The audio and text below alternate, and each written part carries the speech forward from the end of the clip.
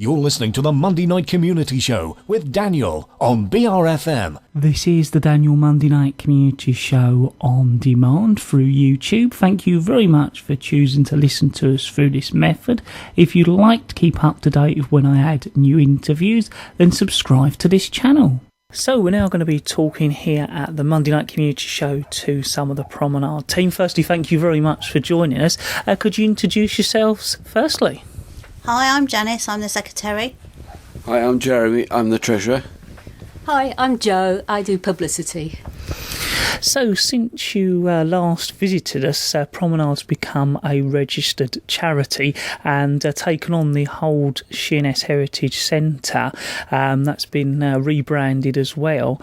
So, tell us a bit more about the last year. It's been an absolute roller coaster. We've been incredibly busy. We're now calling what was the old Sheerness Heritage Centre the Rose Street Cottage of Curiousities. And if you're curious about that, why don't you come and have a look? As you say, we've registered it as a charity and we're doing all the things that we need to do to make the cottage a going concern. We've had a really busy year and we don't think it's going to get any quieter soon. So what's the difference since you've taken the cottage on? Well, we've dressed the cottage to look as it probably did in Victorian or Edwardian times, and we've organised a series of exhibitions in the upstairs gallery, including the current exhibition about Lillian Mason, a 1920s local professional photographer. After that, there'll be an art exhibition from the end of May to the end of June, and put on by the Sheppey Art Society to show their work, followed by the Sheppey Promenade Festival art exhibition for a fortnight in July. Then in September, Lisa Woollett, author and photographer, will be displaying a touring display of her photographs and finds from her coastal walks. There'll also be a chance to buy her book, Sea Journal. We're very excited about this exhibition. It's touring across southern England at the moment. We've got lots more plans, including our second Christmas Arts and Crafts Fair, but those are the main exhibitions. We're very keen, too, to encourage local creatives to come in and take inspiration from the atmosphere, from the objects and the stories that are associated with the cottage. So we think there will be plenty to do and see, and we'd encourage people to pop in and see us on a regular basis so you don't miss out. We want to do some work soon to restore some period features and to install a glass porch internally, which will let us have the front door open all year so people know that we're open and you can just walk straight in. So there's a photography exhibition at the cottage. I was hoping you could tell us a bit more about it and introduce it for us. Yes, the exhibition is on now until the 21st of May. It's about a photographer called Lillian Mason. She was a local woman who was a professional photographer here on the island. She is shown in the census as an apprenticed photographer's assistant in 1911. It was rare then for a woman to have a profession, even rarer when you consider that photography was still in its infancy. We have over 300 of her photographs, and we're displaying these in several ways on a loop projector, some framed on the wall, and we have some information about her researched by Paul Hoggins, one of our volunteers, who found these photos in a carrier bag in the cottage when we took over. The fascinating thing is that we don't know who the people are in these photos. You may. They may be you, your grandparents, your great-grandparents. Come along and have a look at these interesting photos from a bygone age. So will there be anything for the family to do? Oh yes, very much so. Since we've been open, we've organised workshops for children and parents to paint tiles, make lanterns and bird masks, and even bake bread. Big Fish Arts do regular interactive family-friendly reenactments, such as Spooky Tales of Sheppey. In the lead up to the Promenade Festival, there'll be other opportunities for families to visit the cottage and to make things. Keep an eye out for dates on our website, Facebook page and the Twitter profile. So it sounds like you're creating quite a buzz down at the Rose Street? Yes, we're really trying to, Daniel. I mean, Jo's really good on Facebook, and she puts regular items on there. And one of the things she does is finds an item within the cottage and puts it up as an item of curiosity. And we get people coming back and telling us what those things were and how they were used and how they remember people using them. So that's really good. So we've got a really nice presence going on Facebook. We're fast becoming a community hub where people feel they can pop in for a cup of tea or coffee and look around to see what's different. The cottage has a very quaint old-fashioned feel to it, and we've had some really encouraging comments from our visitors who said they like it very much and like the look and feel of it and how it reminds them of their childhood or younger days. We're very, very family friendly, and we've got a box of old toys for children to play with, and we've had visits from family from groups such as the Women's Institute and the Beavers. And, you know, if people are interested in coming and having a private view and having a sort of tour and a sort of little chat and tea and cakes, then please contact us. We'll give the contact details at the end, and we can arrange an evening just for you. So we are at the moment continuing to hear the interview I did with Jeremy, Janys and Jo, updating us all about Promenade. So, do you need volunteers to help run the cottage? Oh, yeah, we really do, Daniel. I mean, if people are interested in local history or arts, we really, really welcome their help. I mean, at the moment, we open, 3 days a week regularly on Tuesdays, Fridays and on Saturdays, and we're starting to open on Thursdays. But the more volunteers we have, the more days we can open, or the longer hours we can open. We need people to help sort of do things like organise the exhibitions, like hanging the pictures and what have you, organising the historical material, marketing goods to sell and raise funds, publicity, helping Jo. And there's other things, we need people who are good at DIY or have got a trade, such as carpenters, to help us with our restoration. And there are other things that are just as valuable that if people don't want to sort of meet the public, such as doing the garden or even cleaning. People really, there's something for everybody. Even a small little bit of helping for an hour or so a week would really make quite a big difference to us. We're also happy to accept donations if people have got things that they remember from their childhood that they've inherited, doesn't really fit in their house. We can find a home for it in the cottage. We've had some really lovely things given to us.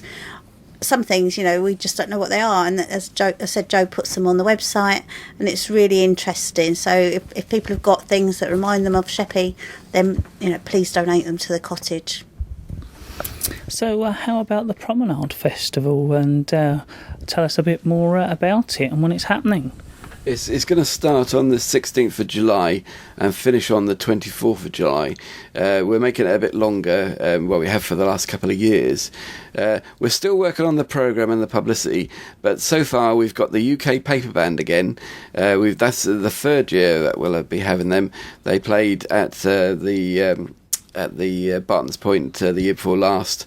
They played on the seafront last year, and we're having them back again by popular demand.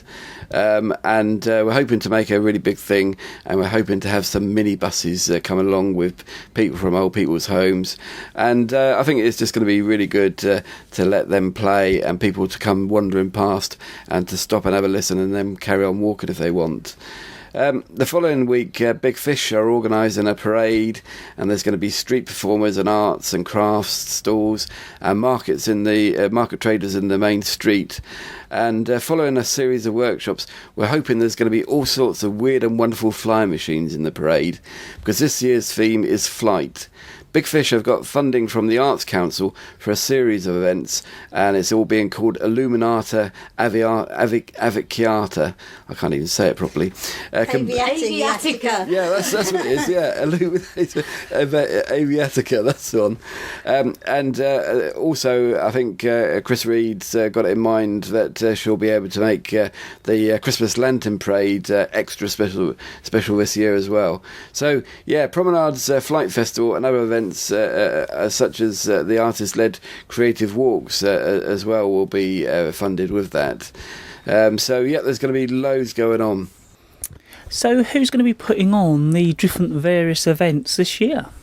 Well, every year the festival gets bigger, and again we're going to have it all over the island, and it will include our own art exhibition in the gallery at the Cottage. An event's being run by the Dockyard Preservation Trust at the Dockyard Church in Bluetown, which is going to be open for everyone to see how the work's progressing and plans for the future. Criterion Bluetown Heritage Centre will be holding various events. We're not quite sure exactly what they are yet, but you can be sure that there'll be lots going on there. Minster Gatehouse Museum will be participating, and the Aspirations 50 Plus group are holding a photographic and drawing with poem accompaniment exhibition at Castle Connections in Queenborough. This year we're inviting artists from all over the island to open up their houses to display their work. We had a few last year, but Joe's spearheading that, masterminding that, to make sure that we have loads of artists showing their wares.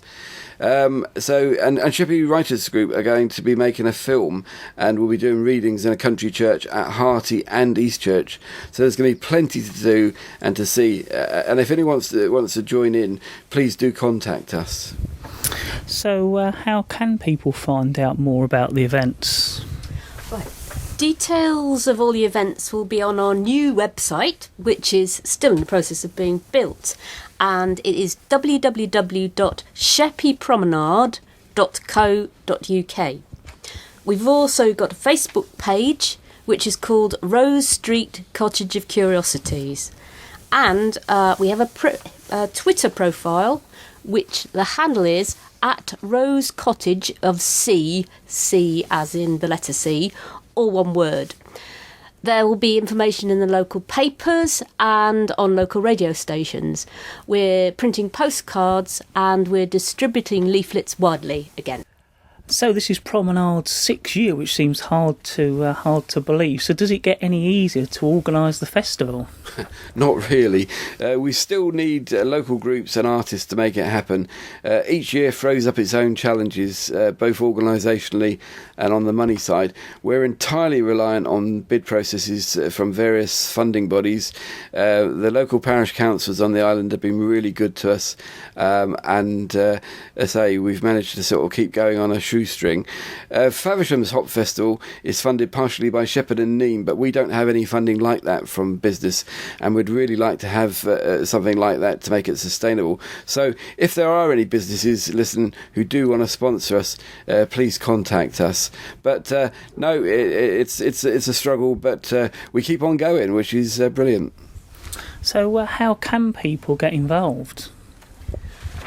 Well, come along and see a really good weekend of arts, theatre, exhibitions, parades, talks, and Big Fish are also having some workshops to make birds and masks for the parade.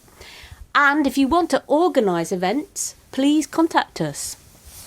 So I was hoping you could let us know how you can contact you and refresh us of any of those contact details you've mentioned so far.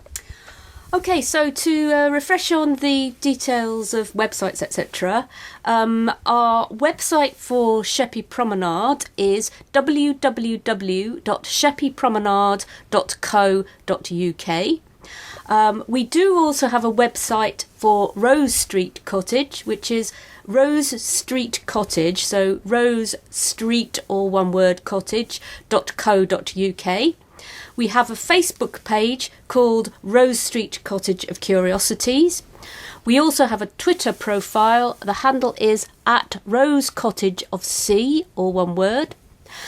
You can also contact us by email on thornton@sminky.fsnet.co.uk, or ring Janys or Jeremy Thornton on 01795 873 491, or Chris Reed on 0777 571 2306.